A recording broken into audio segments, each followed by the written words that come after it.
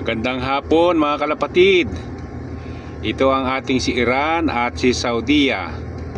Nagsama sila sa isang pugad at lilimliman nila yung kanilang anak. May bagong anak na naman yan sila mga kalapatid.